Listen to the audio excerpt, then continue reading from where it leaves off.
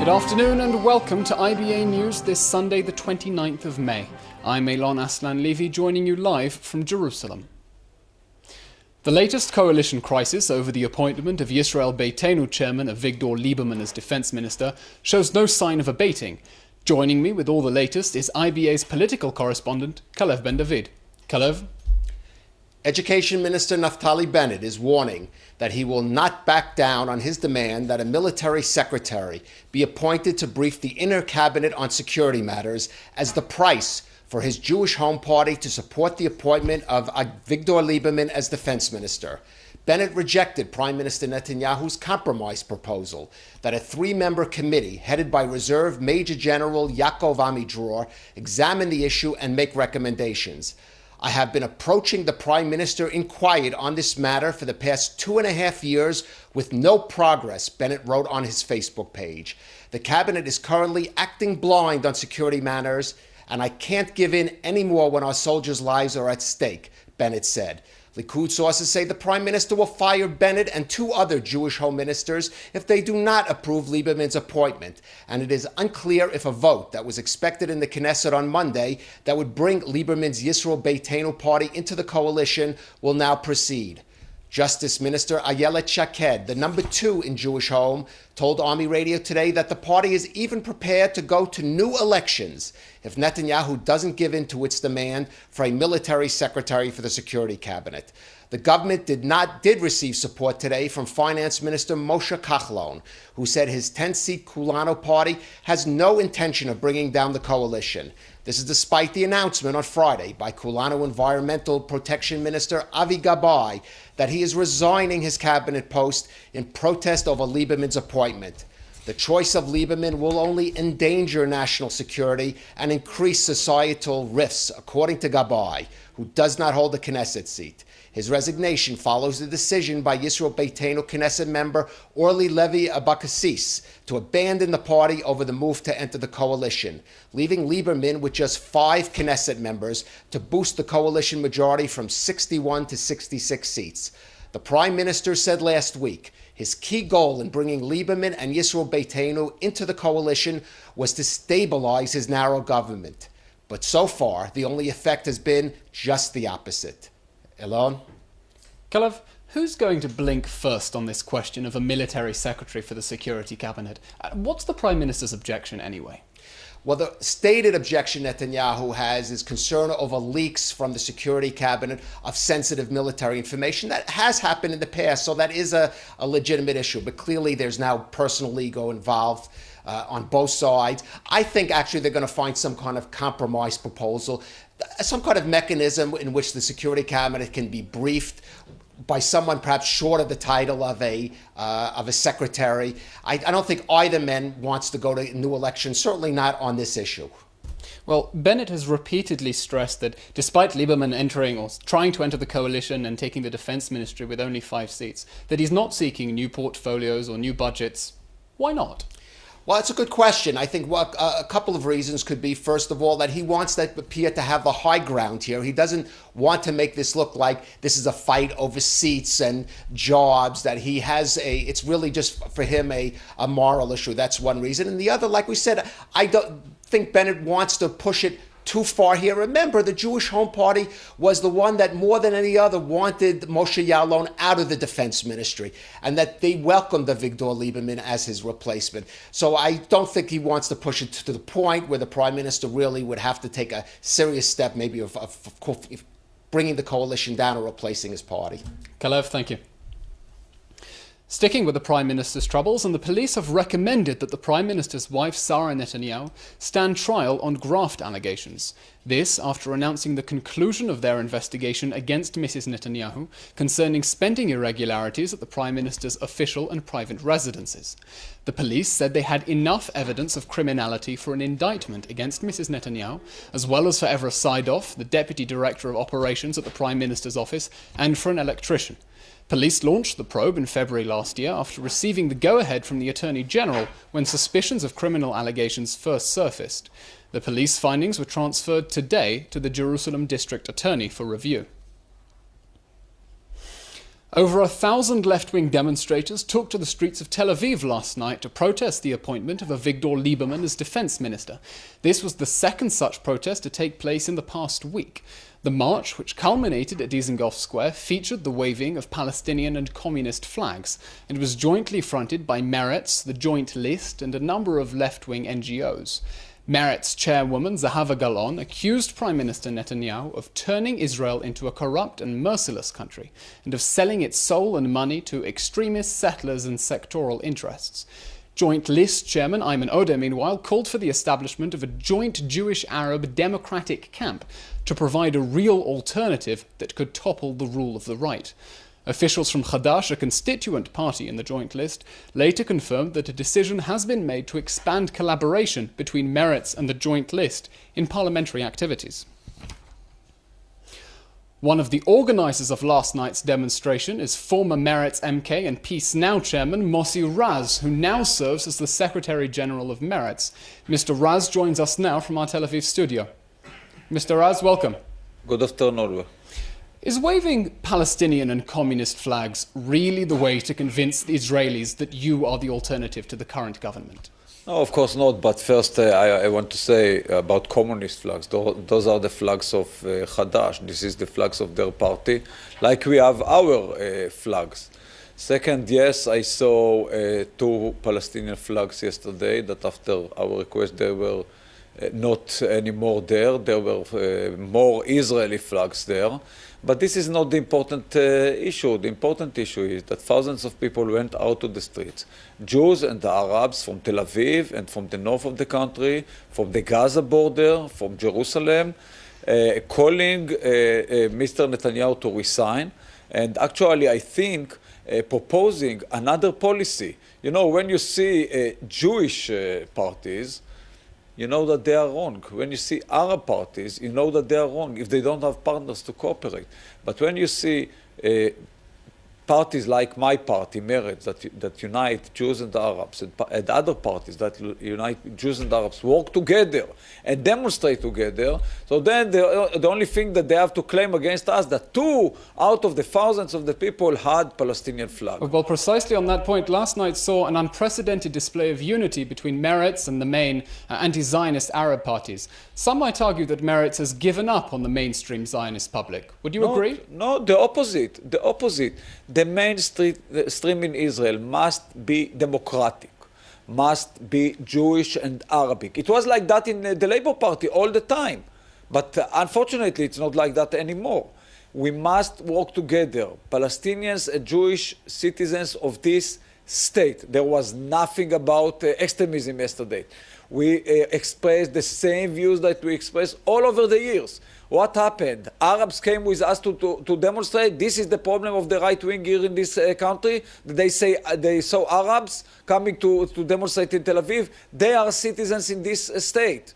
We cannot say that, okay, they should not come, they should not have their signs or whatever. Mr. Raz, is it safe to say that Meretz's natural party in politics now is no longer the Labour Party, but which was absent from yesterday's demonstration, but the Joint List? No, we are independent party, exactly like we were in the last 24 years. I think, by the way, that if we want to have the left wing back again in power, we have to cooperate with the Zionist Union, and we have to cooperate with the Joint List. We have to work together in order to propose to this country peace, end of occupation, end of violence, social justice. Exactly the opposite than what this government is mobilizing. Actually, in the last 20 years, Netanyahu was elected first time exactly today, 20 years ago. In those 2 decades, he was prime minister, he was defense minister, he was foreign minister, he was finance minister, and many other jobs, but he did not deliver. But precisely on that question of collaboration, Zionist Union didn't seem to be there yesterday at the demonstration. Why were they absent? I think you have to ask them. Unfortunately, the Zionist Union disappeared from Israeli politics. We have to call them to come again to the streets, to the Knesset. Why did they disappear when the Knesset voted about tax reduction to the settlements? Why didn't they come to vote? Where are they? Who are, I'm calling upon about 500,000, more than 500,000, about 700,000 people who voted for them. Ask them, where are they? If they are not exist, please turn and go to the left, because the Zionist Union is not exist. Mr. Raz, not in the streets, not in the Knesset. Just to return to your question of collaboration with the Joint List, in light of Ayman Odeh's calls for a combined democratic camp to topple the right, is Meretz going to form an electoral alliance with the Joint List, or is this remaining at the level of joint demonstrations? I don't think that anybody suggested that. We will demonstrate in the future with everybody who wants to come on our platform. We call upon the Labour Party. We call upon Yesh Atid to join the demonstration yesterday. Unfortunately, these two parties are not supporting the two-state solution, are not willing enough to go out to the street to protect the democracy. So, unfortunately, we are not now alone, but I am sure that for the coming demonstrations, the young people from these two parties will join us. Mr. Raz, thank you very much for your time. You're more than welcome. Palestinian President Mahmoud Abbas has once again rejected the idea of recognizing Israel as a Jewish state. He made the comments during an Arab League meeting in Cairo over the weekend, which dealt with the French peace initiative. The Palestinian president called for NATO forces to replace the Israeli army in the West Bank as part of any future peace deal involving a two-state solution. IBA's Margot Dudkevich reports. The Arab League that convened for 2 days in the Egyptian capital endorsed the French peace initiative that calls for a summit on June 3rd in Paris to set the parameters of a renewed negotiating process between Israel and the Palestinians. The League voted to support the French initiative and all Arab and international efforts for peace talks between Israel and the Palestinians. The decision appeared to leave room for Egyptian President Abdel Fattah al-Sisi's efforts to mediate talks between Israel and the Palestinians. League Secretary General Nabil al-Arabi cautioned that the main goal must not just be to get the two parties back to the negotiating table, but must create a mechanism to ensure the decisions are implemented in a certain time frame.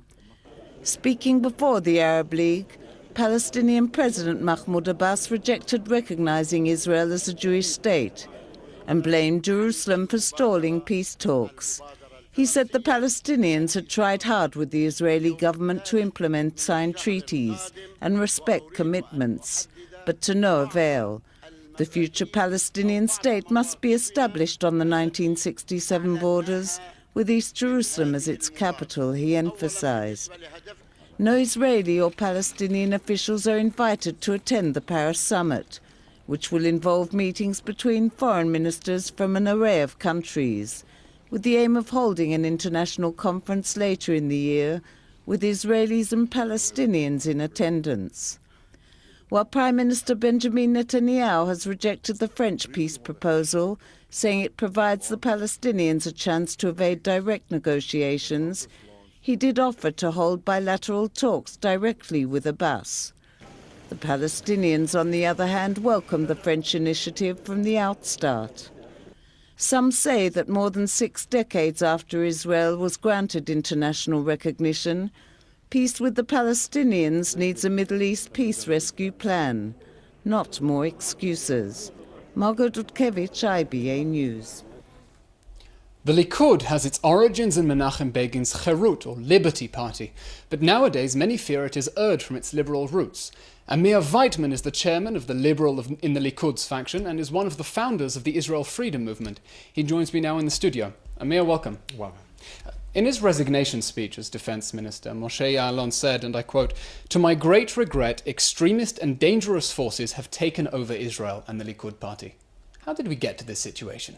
Well, you may I'm sorry to say that I disagree strongly with what Bogi Ya'alon, the former defense minister, said. I don't think that the Likud is in any way more extreme than it has been over the past decades. And furthermore, I would say that pretty much everybody who has left the Likud over the past 20, 30 years has always said that the Likud is turning to the right, is becoming extreme. So, you know, you have to decide when it was not extreme, because it's consistently being depicted as being extreme, which I don't think reflects reality.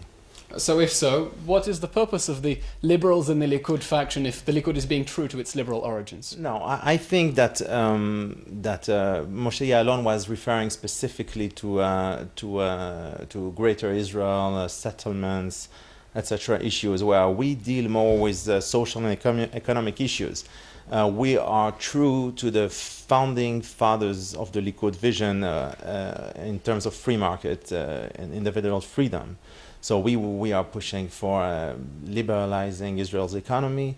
We want Israel to have a real, genuine free market, which unfortunately, after all those years, has not yet been completely achieved. We're actually quite far from that. And I think this is a central issue in today's Israeli political discourse, because these are the issues which are affecting mostly our standards of living. And so this is what we are focusing on. But in terms of the issues of settlements and Greater Israel or not Greater Israel, and how we look at the relationship with the Palestinians, well, we have to remember that classical liberals such as myself also can be hoaxed. This is not a contradiction. Absolutely, but if we go back to the question of Defense Minister Moshe Ya'alon, it's easy to say that perhaps this was grandstanding and he was bitter at being shunted away from the Defense Ministry.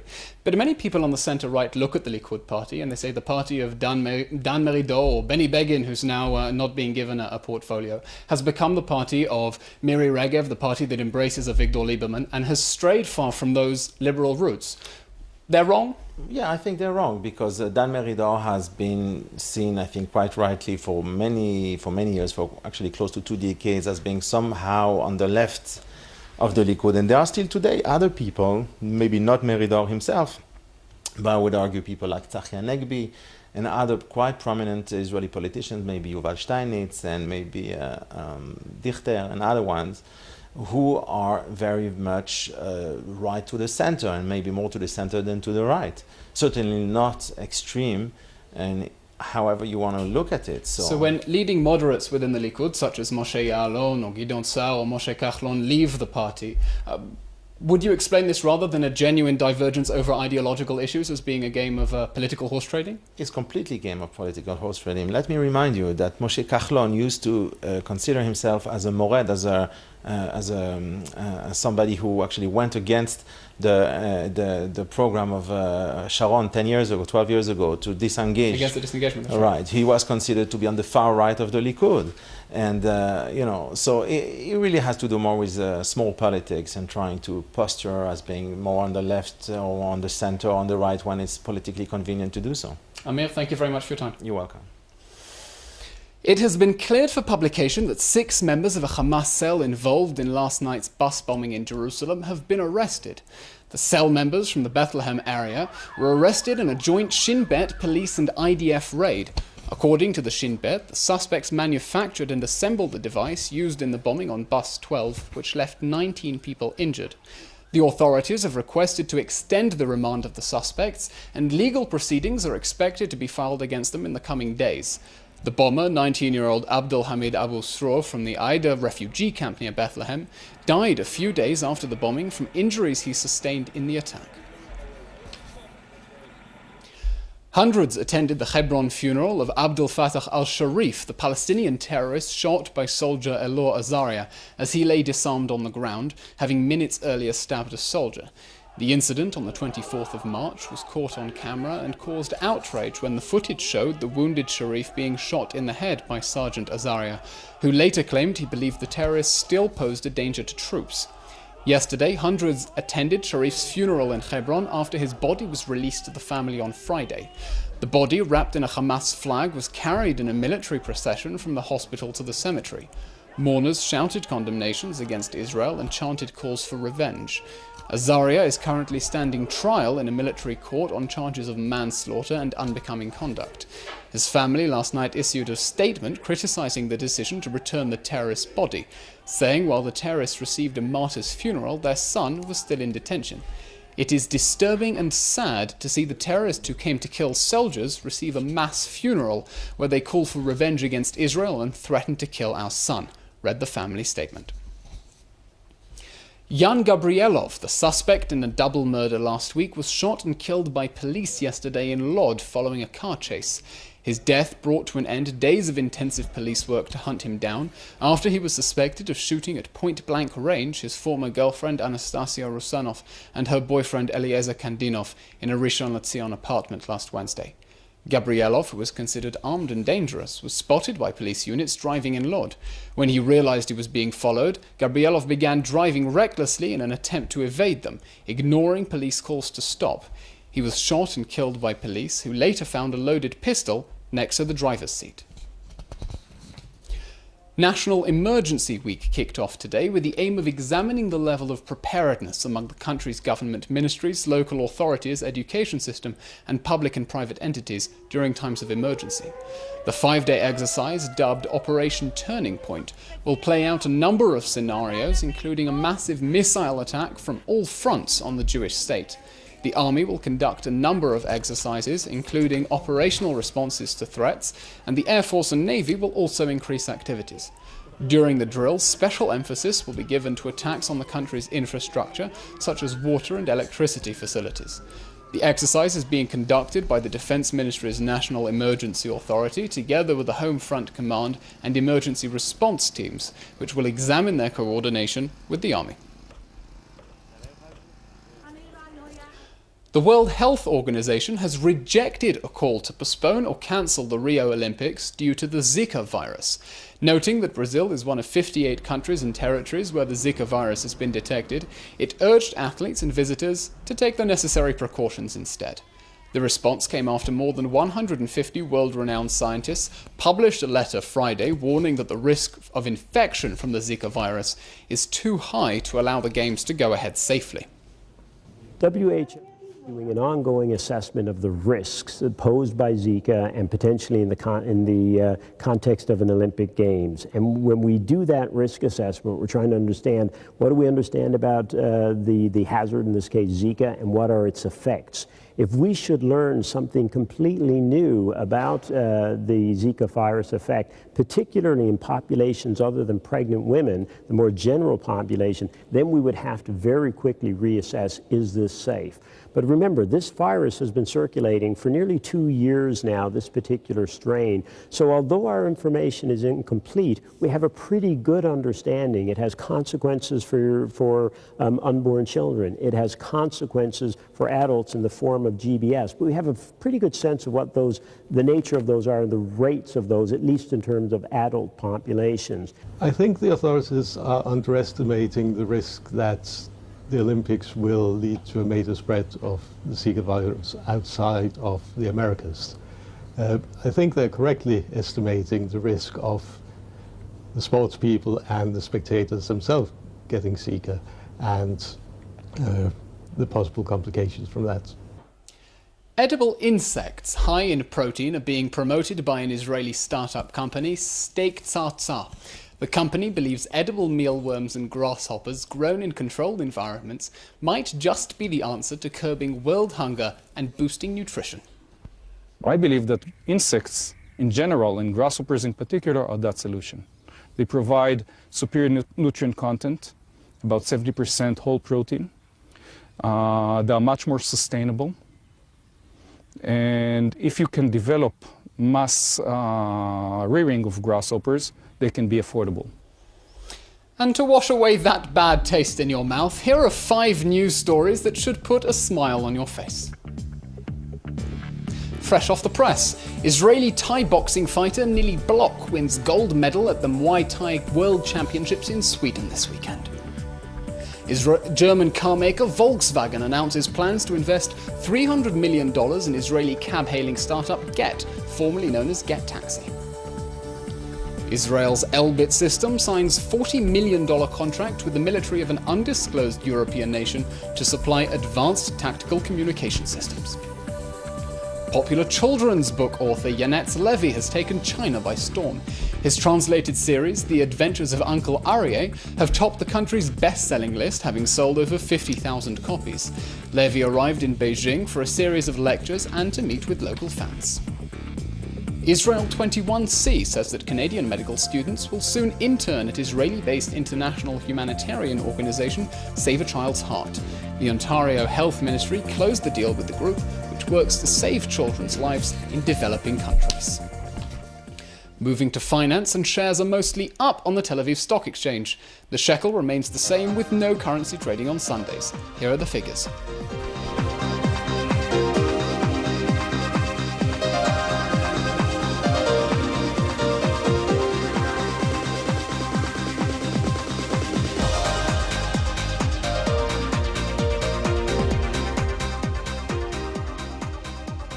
In weather, tomorrow should be warm with an additional increase in temperatures. Here are the highs and lows.